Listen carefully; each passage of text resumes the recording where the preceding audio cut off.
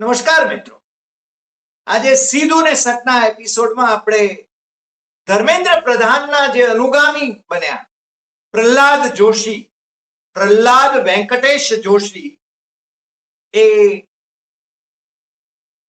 કેવા છે અને આપણે ત્યાં એક કહેવત છે કે ભૂત ગયું ને પલિત આવ્યું. ધર્મેન્દ્ર પ્રધાન ગયા, એમણે રાજીનામું આપવું પડ્યું જેલજીના આંદોલનને પ્રતાપે, વિપક્ષોના આંદોલનને પ્રતાપે, વિપક્ષોના આગ્રહને પ્રતાપે.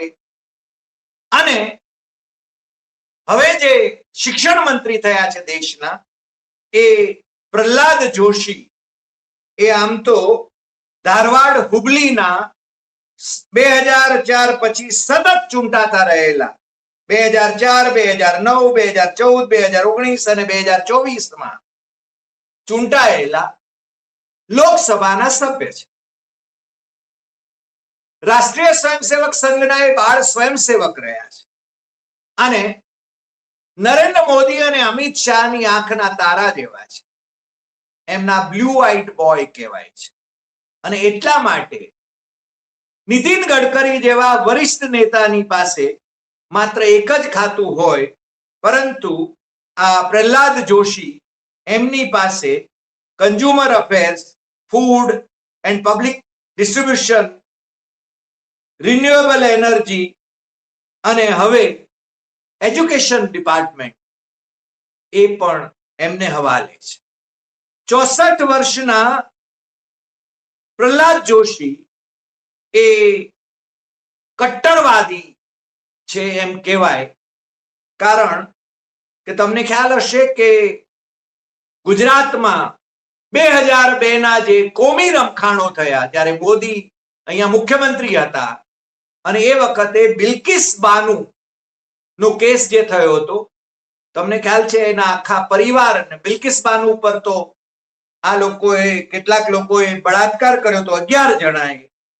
અને એ 11 જણા એ બળાત્કાર જ નહીં પણ એના આખા પરિવારના અનેક સભ્યોની અને નાનકડી બાળકીની માથું અફાડીને હત્યા કરવા સહિતના કેસીસમાં એ ગુનેગાર ઠર્યા હતા, દોષિત ઠર્યા હતા. આખો કેસ મુંબઈ હાઈકોર્ટે સાંભળ્યો હતો, કારણ કે સુપ્રીમ કોર્ટનો આદેશ હતો કે ગુજરાતમાં ન્યાય મળી શકે એમ નથી, માટે એ મહારાષ્ટ્રમાં એ કેસ ચલાવવામાં આવે અને એ કેસની એ સજા જે હતી એ એમને આજીવન કારાવાસની, 11 જણાને આજીવન કાસની જે સીબીઆઈ અદાલતે પણ જે સજા ફરમાવી હતી એ હાઈકોર્ટે પણ બરકરાર રાખી હતી. 21 જાન્યુઆરી 2008 મુંબઈની વિશેષ સીબીઆઈ અદાલતે આ 11 આરોપીઓને, બળાત્કારીઓને, હત્યારાઓને આજીવન કારાવાસની સજા ફરમાવી. કોણ હતા એ? રાધેશ્યામ શાહ, જશવંત ચતુરભાઈ નાઈ, કેશુભાઈ બદાણિયા, બકાભાઈ બદાણિયા, રાજીભાઈ સોની, રમેશભાઈ ચૌહાણ, શૈલેષભાઈ ભટ્ટ, બિપિનચંદ્ર જોશી, ગોવિંદભાઈ નાઈ, મિતેશ ભટ્ટ અને પ્રદીપ મોઢિયા. એ ગોધરા જેલમાં સજા કાપી રહ્યા. અને ગુજરાત સરકારને એમની ચાલ ચલગત એટલી સરસ લાગી કે 2022 15 ઓગસ્ટ 2022 એમણે કેન્દ્ર સરકાર એટલે કે અમિત શાહના વિભાગની મંજૂરી સાથે આ 11 બળાત્કારીઓ અને હત્યારાઓ એમને છોડી મૂકવાનો નિર્ણય કર્યો. અને એ જ્યારે ગોધરા જેલમાંથી બહાર આવ્યા ત્યારે એમનું શાનો શૌકતથી સ્વાગત કરવામાં આવ્યું, મીઠાઈ વેચવામાં આવી, એમને હારતોરા કરવામાં આવ્યા. અને આખો કેસ એ દેશ અને દુનિયામાં ચકચાર મચાવનારો રહ્યો.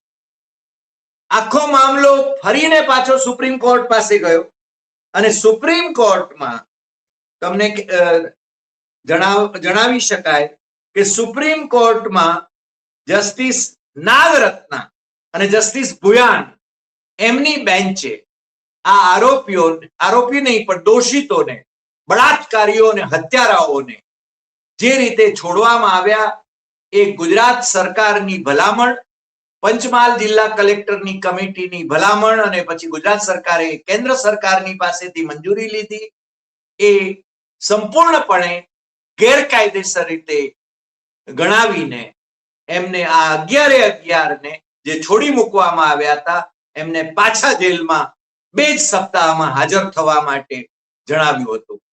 આ જે કેસ રૂવાડા ખડા કરી દે એવો અને દુનિયાભરમાં ચકચાર જગાવે એવો આ કેસ, એના જે હત્યારાઓ અને બળાત્કારીઓ હતા એ બળાત્કારીઓને છોડી મૂકવાની બાબતમાં પ્રહલાદ જોશીએ ગુજરાતમાં ગુજરાત ગૌરવ યાત્રામાં એ જ્યારે પધાર્યા હતા ત્યારે એમણે એમ કહ્યું હતું કે એમના ગુડ બિહેવિયર, એમની ચાલચલગત બહુ સારી છે અને એમને સમય પહેલા છોડી મૂકવાની ગુજરાત સરકાર પાસે ઓથોરિટી છે એ બાબત એમણે છે ને બહુ સ્પષ્ટપણે એની તરફેણ કરી. જો કે સુપ્રીમ કોર્ટે આ બાબત ફગાવી દીધી હતી. અમને પ્રહલાદ જોશીએ આ લોકોનો બચાવ કર્યો હતો કે 14 વર્ષની સજા પૂરી થઈ ગઈ છે અને એમની ચાલચલગત બહુ જ સારી છે એટલે એમને છોડી મૂકવામાં કશું જ ખોટું નથી. એ બાબત પણ આ પ્રહલાદ જોશી એ જાહેરમાં કહી રહ્યા હતા. તમને એના સંદર્ભમાં કહું કે સીબીઆઈની અદાલતના વિશેષ ન્યાયાધીશે આ હત્યારાઓ અને દોષિતો, બળાત્કારીઓ એમને છોડી મૂકવાના, આવા ગંભીર ગુનાના જે દોષિતો હતા એમને છોડી મૂકવાના વિરોધ કર્યો હતો, પરંતુ એ વિરોધને અવગણીને અને વિશેષ ન્યાયાધીશે આ લોકોને નહીં છોડવા માટેનો આગ્રહ રાખ્યો હોવા છતાં સરકાર માય બાપે, ગુજરાત સરકાર કેટલી સંવેદનશીલ સરકાર છે કે એણે છે ને એમને છોડવા માટેની ભલામણ કરી હતી અને એ કેન્દ્ર સરકારમાં અમિત શાહે એને મંજૂરી આપી, પણ એને સુપ્રીમ કોર્ટે ફગાવી દીધી.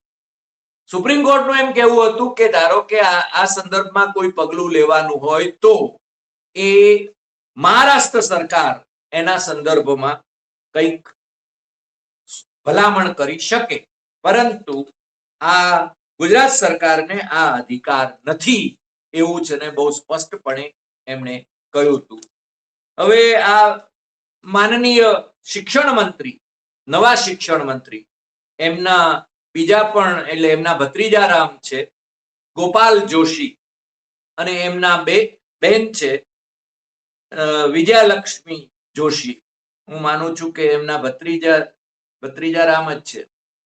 એમના પરિવારજનો છે અને એ પરિવારજનો એની સામે કર્ણાટકમાં એફઆઈઆર નોંધાયેલી છે અને એ એફઆઈઆર ની અંદર જનતા દળ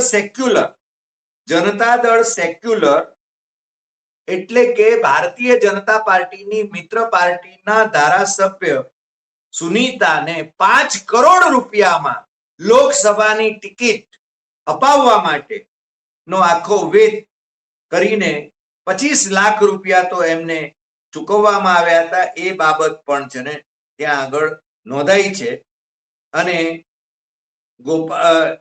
આ બધો વહીવટ એમાં જણાવ્યા મુજબ આ કેસ પણ ત્યાં દાખલ થયેલો છે અને આ શિક્ષણ મંત્રી, અત્યારના શિક્ષણ મંત્રી પ્રહલાદ જોશી એમની વગનો ઉપયોગ કરીને અમિત શાહના સેક્રેટરી સાથે સુનીતા જે પેલા એમએલએ એમની હાજરીમાં વાત કરીને આ સોદો નક્કી થયો હોય એવું પણ એમાં જણાવવામાં આવ્યું છે અને એ સંદર્ભમાં 25 લાખ રૂપિયા એ ચૂકવાવ્યા અને એ 25 લાખ રૂપિયા પાછા આપવાની બાબતમાં એમણે પાછો 5 કરોડનો સોદો થયો હતો એટલે 5 કરોડનો ચેક પણ એમની પાસેથી લેવામાં આવ્યો હતો અને એ 5 કરોડનો ચેક સિક્યોરિટી તરીકે લેવામાં આવ્યો હતો.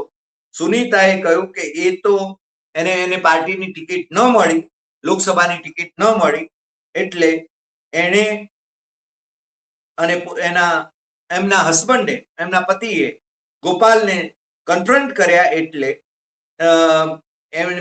વિજયાલક્ષ્મી ના ઘરે એક મીટિંગ યોજાઈ હતી અને ગોપાલે એ ચેક એમને પરત કર્યો, પરંતુ 25 લાખ રૂપિયા એ આપી શક્યા નહોતા. કારણ કે એમનું એમ કેવું હતું કે 200 કરોડ મારા એક પ્રોજેક્ટમાં, સરકારી પ્રોજેક્ટમાં હજુ મળવાના બાકી છે, એટલે હું એ આપીશ. સુનીતાએ તો એમ પણ કહ્યું છે કે એને બીજા, એટલે 25 લાખ રૂપિયા આપ્યા, પણ બીજા 1 કરોડ અને 75 લાખ રૂપિયા એ 20 દિવસમાં ઉભા કરવા માટે પણ જણાવવામાં આવ્યું હતું. આ આખું પ્રકરણ, એમાં ઘટનાક્રમ શું બન્યો, એના શું પગલા લેવામાં આવ્યા, અને ગોપાલના પુત્ર અજય, એની ભૂમિકા શું હતી, ગોપાલને વિજયાલક્ષ્મીના અકાઉન્ટમાં પણ છે ને નાણાં ચૂકવાયા હતા, 50 લાખ રૂપિયા જેટલા. એ બધી બાબતો મને લાગે છે ત્યાં સુધી એ ખૂબ ચર્ચાનો વિષય બન્યો છે. અને ત્યાં આગળ કર્ણાટકમાં પ્રહલાદ જોશી એ બહુ જ વિવાદાસ્પદ વ્યક્તિત્વ રહ્યા છે. જો કે કર્ણાટકના મુખ્યમંત્રી રહેલા અને આમે છે ને પોતે પણ છે ને બહુ જ ભ્રષ્ટાચાર મૂર્તિ ગણાતા યેદુયુરપ્પા, જેમના પુત્ર અત્યારે ત્યાં ભારતીય જનતા પાર્ટીના પ્રદેશ પ્રમુખ છે, એ યેદુયુરપ્પાની મધ્યસ્થિતિ, એમના કેટલાક વિવાદો, એ પ્રહલાદ જોશીના જે રાજકીય વિવાદો જે એમના ઉભા થયા હતા લિંગાયત નેતાઓની સાથે, એનું સમાધાન પણ કરવામાં આવ્યું હતું. એટલે કે પ્રહલાદ જોશી એ ખૂબ વિવાદાસ્પદ વ્યક્તિત્વ ગણાય છે. એને ગોપાલ એ કેનરા બેંકનો કર્મચારી છે અને એને પહેલા પણ પબ્લિક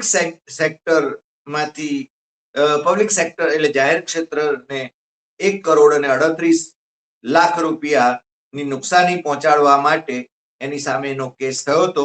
જો કે સીબીઆઈએ એને નવેમ્બર 2014માં તમે માર્ક કરજો આ તારીખ, એને છે ને ક્લીન ચીટ આપી હતી સીબીઆઈ. હમણાં તમને ખ્યાલ છે કે નીટના પેપર લીકની બાબતમાં જે ભાઈ પકડાયા હતા, એને પણ સીબીઆઈએ કોઈ પુરાવા નથી અને ક્લીન ચીટ આપી દીધી. એ રીતે આમને જ્યાં છેડા અડકતા હોય ત્યાં એ ક્લીન ચીટ મળી જતી હોય છે. એ સીબીઆઈ હોય કે પછી ઈડી હોય, એ તમે જાણો છો. આવા પ્રહલાદ જોશી રાષ્ટ્રીય સ્વયંસેવક સંઘના બાળ સ્વયંસેવક થી માંડીને મોદી શાહના બ્લુ આઈડ બોય એવા પ્રહલાદ વેંકટેશ જોશી એ હવે શિક્ષણ મંત્રી થવાના છે. અને ભારતીય જનતા પાર્ટીના કાર્યકરો અને નેતાઓએ જે ભાઈ શ્રી ધર્મેન્દ્ર પ્રધાનના રાજીનામા પછી એમના જે વખાણ કરતા ટ્વીટ કર્યા છે, એમની સેવાઓને બિરદાવી છે, એ જોતા મને લાગે છે કે પેલું આપણી જે કહેવત છે કે ભૂત ગયા અને પલિત આવ્યા, એવી સ્થિતિ નિર્માણ થતી હોય એવું લાગ્યા વિના રહેતું નથી. આજે આટલી વાત. ફરી મળીશું નવા એપિસોડમાં નવા વિષય સાથે. નમસ્કાર.